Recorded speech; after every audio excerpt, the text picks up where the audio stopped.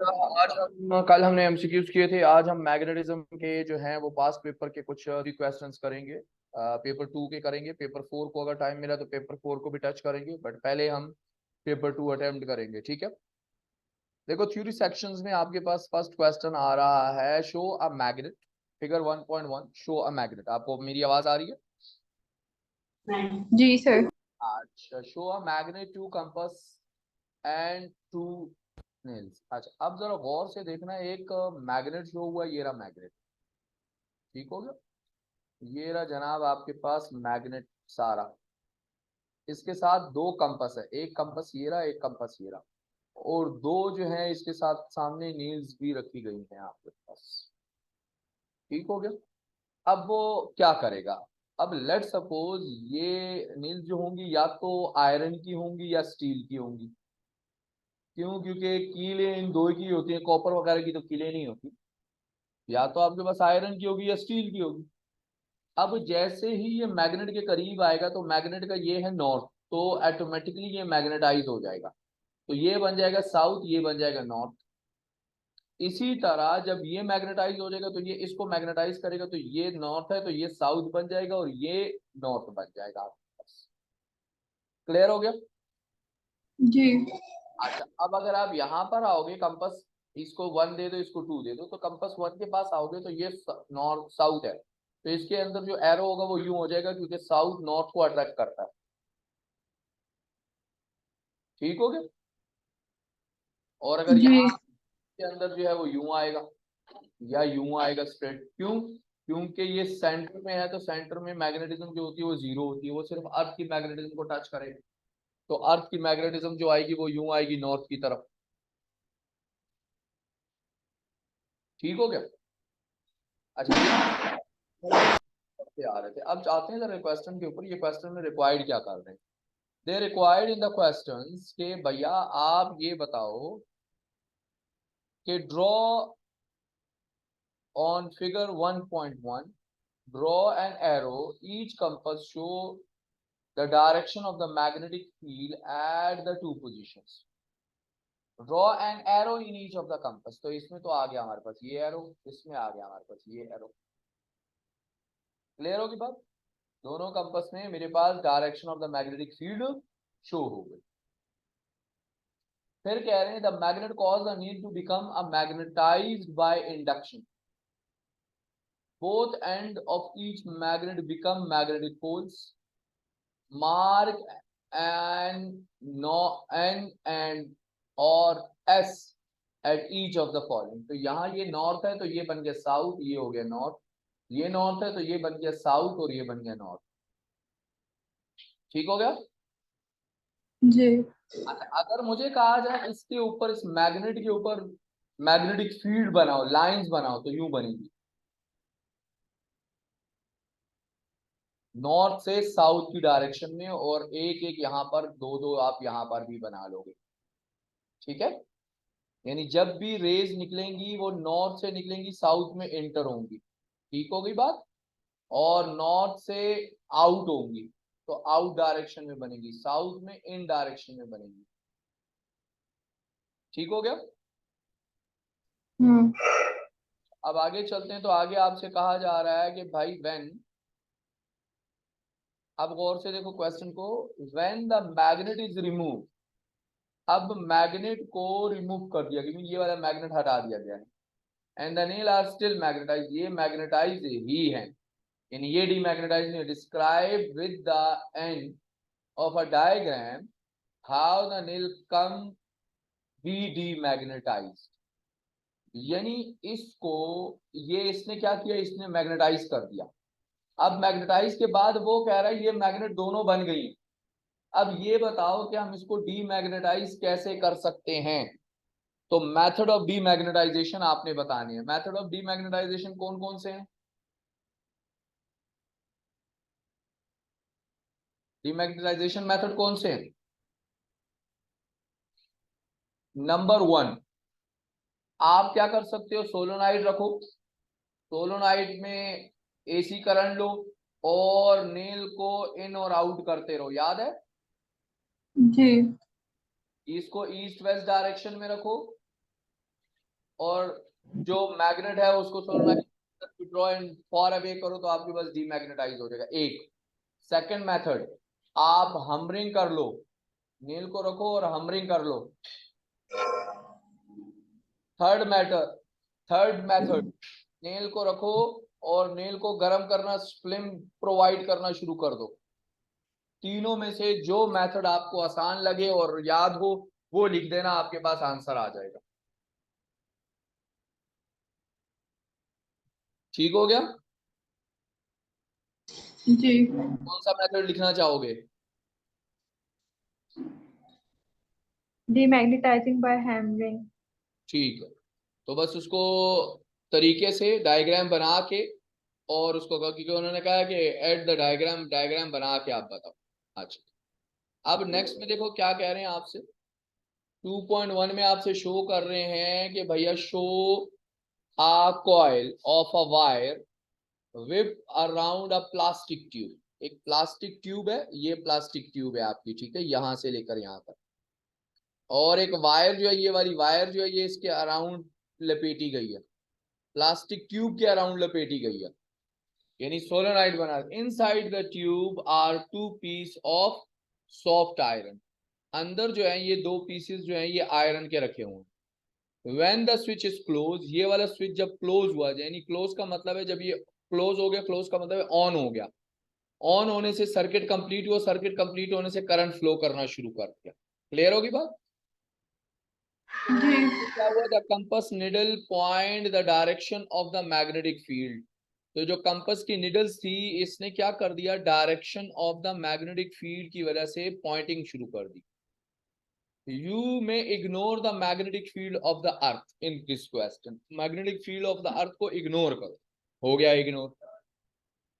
अब वो आपसे क्या कह रहा है? अब वो आपसे कह रहा है कि भैया ये तो हो गया कि भाई ये एक कंपास है, इसने जी ये एक कंपास है तो कंपास ने शो करना शुरू कर दिया, निडल्स ने शो कराना शुरू कर दिया। ए बी सी आपके 3 पॉइंट बने हुए हैं।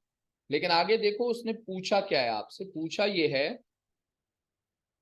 कि on figure 2.1 mark arrow in compass ABC to show the direction of the magnetic field at each position after the switch has been closed।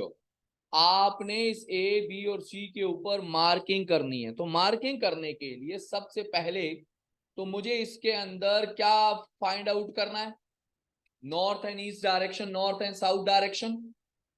क्योंकि जब तक नॉर्थ एंड साउथ डायरेक्शन नहीं आएगी तब तक मैं कैसे पॉइंट कर सकता हूं, नहीं कर सकता।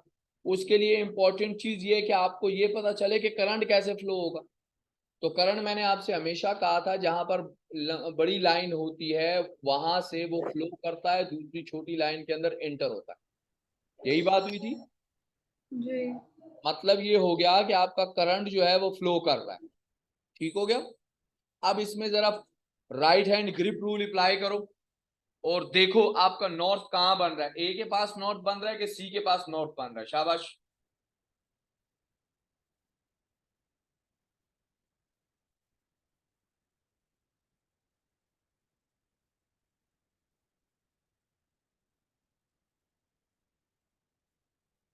सी के पास। हाँ, सी पे। क्यों? वजह भी तो बताओगे ना कि सी के पास क्यों बन रहा है।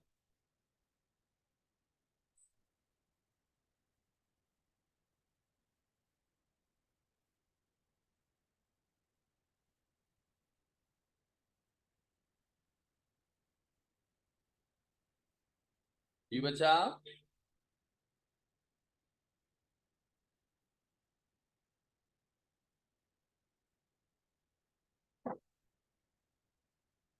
सी के पास क्यों बन रहा है? देखो बेटा, जब यहां से करंट फ्लो हुआ तो ये ऊपर से यूं आया, डाउनवर्ड आया, ये भी डाउनवर्ड आया, ये भी डाउनवर्ड आया, ये भी डाउनवर्ड आया, ये भी डाउनवर्ड आया, ये भी डाउनवर्ड आया, ये भी डाउनवर्ड आया, आया। जी। अब फिंगर्स को डाउनवर्ड प्लेस करो तो सी की तरफ इसका क्या बन रहा है, नॉर्थ बन रहा है। अगर सी की तरफ नॉर्थ बन रहा है तो ये क्या हो गया, ऑटोमेटिकली साउथ बन गया। अब जब ये साउथ बन गया तो यहां जो कंपस में होगा उसका एरो यूं हो जाएगा आपके पास, क्योंकि साउथ अट्रैक्ट करता है नॉर्थ को। क्लियर होगी? सी के ऊपर जो आ जाएगा नॉर्थ यूं आ जाएगा, साउथ इस साइड पे आएगा क्योंकि नॉर्थ अट्रैक्ट करता है साउथ को। ठीक हो गया? और जो यहां आ जाएगा वो यूं आ जाएगा आपके पास।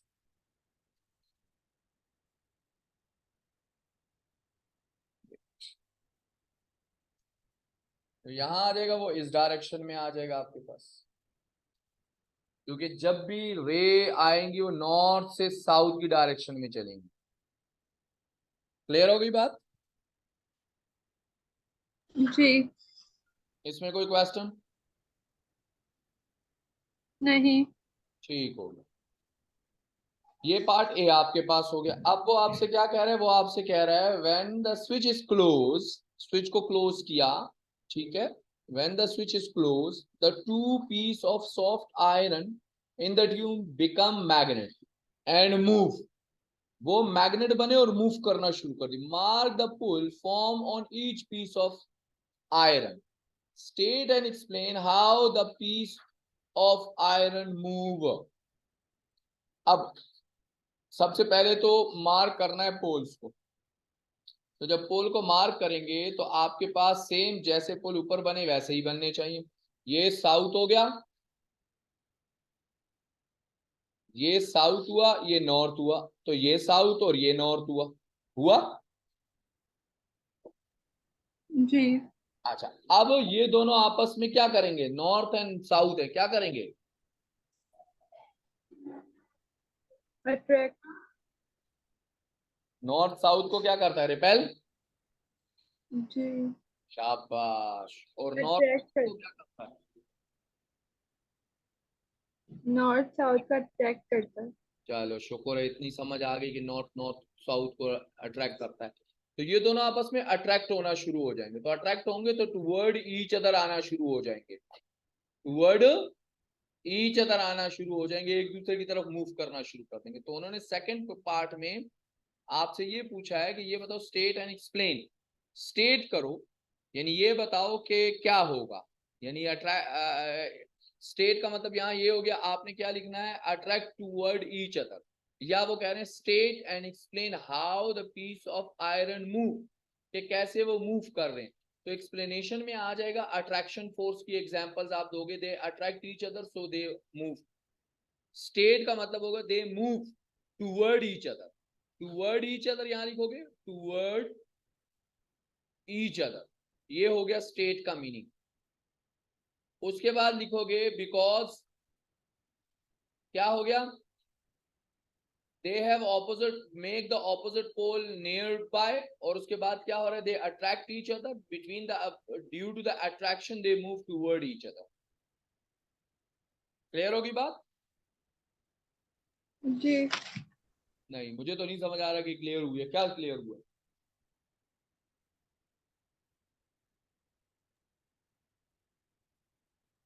क्या चीज कंफ्यूज कर रही है? कुछ भी नहीं। सही, ठीक।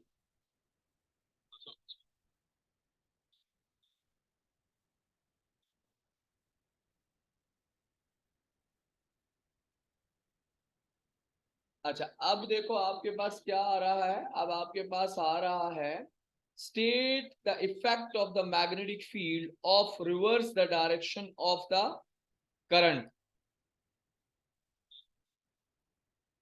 यानी स्टेट द इफेक्ट, इफेक्ट बताना है आपने मैग्नेटिक फील्ड का, अगर मैं direction of the current reverse कर देता। तो अगर direction of the current reverse होगा तो क्या होगा? मैग्नेटिक फील्ड के ऊपर क्या असर होगा?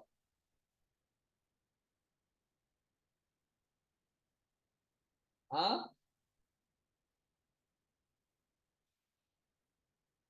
जी बेटा, अगर पहले करंट इस डायरेक्शन में जा रहा था यूं, अब इसकी डायरेक्शन को रिवर्स कर दिया, तो मैग्नेटिक फील्ड के ऊपर क्या फर्क पड़ेगा? मैग्नेटिक फील्ड डिक्रीज हो जाएगी। मैग्नेटिक फील्ड भी रिवर्स हो जाएगी। पहले जो था वो नॉर्थ यहां बन रहा था, अब नॉर्थ यहां बनेगा। ये नहीं होगा? पहले नॉर्थ से साउथ इस डायरेक्शन में मैग्नेटिक फील्ड आ रही थी, अब इस डायरेक्शन में मैग्नेटिक फील्ड जाएगी। ठीक है?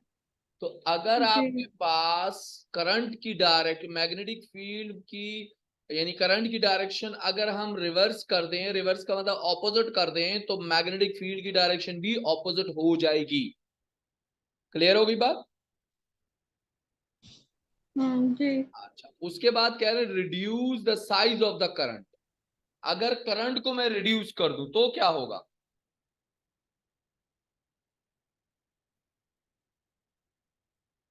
अगर करंट मैं मैं कम कर दूं तो क्या होगा? मैग्नेटिक फील्ड भी रिड्यूस हो जाएगी। जी, मैग्नेटिक फील्ड का स्ट्रेंथ भी रिड्यूस हो जाएगी। क्लियर हो गई बात? जी। डन हो गया। अब नेक्स्ट में आपसे कह रहे हैं, नेक्स्ट में क्वेश्चन नंबर 3। इसको भी जरा गौर से देखना, सेम वही कॉइल का काम है इसमें भी। ठीक है? आपसे कह रहे हैं आ रेक्टेंगुलर बॉक्स है, एक रेक्टेंगुलर बॉक्स के ऊपर कॉइल लगाई गई है। देखो वायर जो है ये कॉइल उसके ऊपर चढ़ाई गई है। ठीक है? उसके बाद आपसे कहा जा रहा है कि जी show a coil wire around a rectangular box. एक रेक्टेंगुलर बॉक्स है, उसके ऊपर कॉइल लगाएगी। Two iron rod are place next to each other, यानी ये दोनों इसी तरह रखे हुए, मैंने एक यहां रखी हुई है, उसके साथ दूसरी यहां रख दी गई है, सामने सामने रखी गई है। At the bottom of the tube when the current is switch on, ये करंट जब स्विच ऑन हुआ, मतलब जैसे ये स्विच क्लोज हो गया, क्लोज होने के साथ स्विच ऑन हो गया, स्विच होने के बाद करंट यहां से फ्लो करना शुरू कर दिया, यहां से आउट हो रहा है, क्योंकि ये पॉजिटिव है, पॉजिटिव से करंट फ्लो करता है, नेगेटिव की साइड पे आता है। The two rod repel each other, ये दोनों रॉड आपस में रिपेल करना शुरू कर दिए। They move to side the tube, explain why. अब गौर से देखना इस चीज को। जब करंट यहां से फ्लो कर रहा है, फर्ज करो अगर यहां से कर रहा है या यहां से कर रहा है, फॉर एग्जाम्पल, मैं अब ये नहीं कह रहा कि करंट कहां से फ्लो कर रहा है, मैं सिर्फ एक एग्जांपल दे रहा हूं कि भाई चलो करंट फ्लो कर रहा है इधर या इधर। अब अगर यहां से फ्लो कर रहा है, नॉर्थ यहां बनेगा, साउथ यहां बनेगा। अगर यहां से फ्लो कर रहा है तो साउथ यहां बनेगा, नॉर्थ यहां बन जाएगा।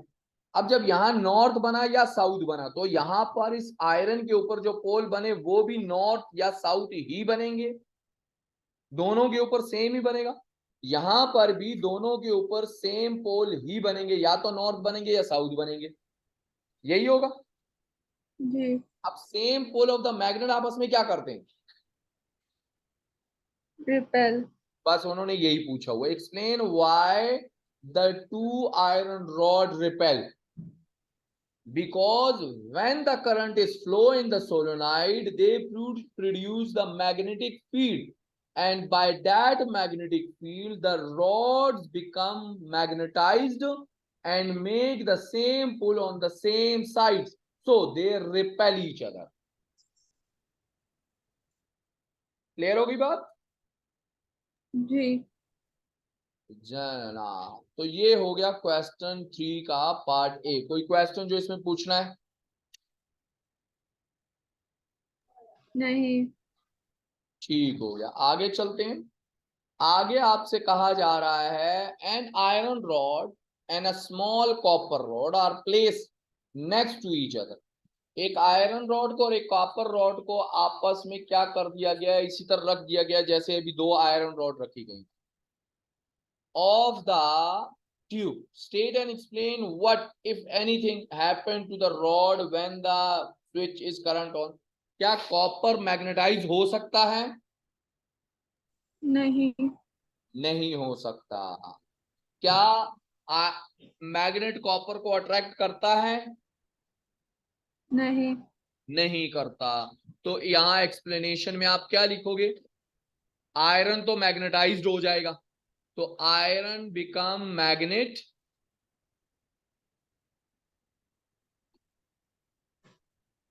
ठीक है, और कॉपर सेम एज स्टार्ट। तो क्या हो जाएगा? कोई फर्क नहीं पड़ेगा, आयरन और कॉपर अपनी ही जगह पर रहेंगे। ठीक हो गया? जी। सही है? कोई प्रॉब्लम इसमें? नहीं। ठीक, कोई ऐसी चीज जो समझनी है? नो। ठीक है, आज के लिए इतना काफी है, 2-3 क्वेश्चन काफी हैं। जी। चले ठीक है इंशाल्लाह। हाँ, ये शेयरिंग कर दी है मैंने ये वर्कशीट आप लोगों से, इसको जरा अटेम्प्ट करने की कोशिश करो जहां तक आप कर सकते हो, और नेक्स्ट क्लास में हम इंशाल्लाह पेपर 4 को टच करेंगे। ठीक हो गया बच्चा?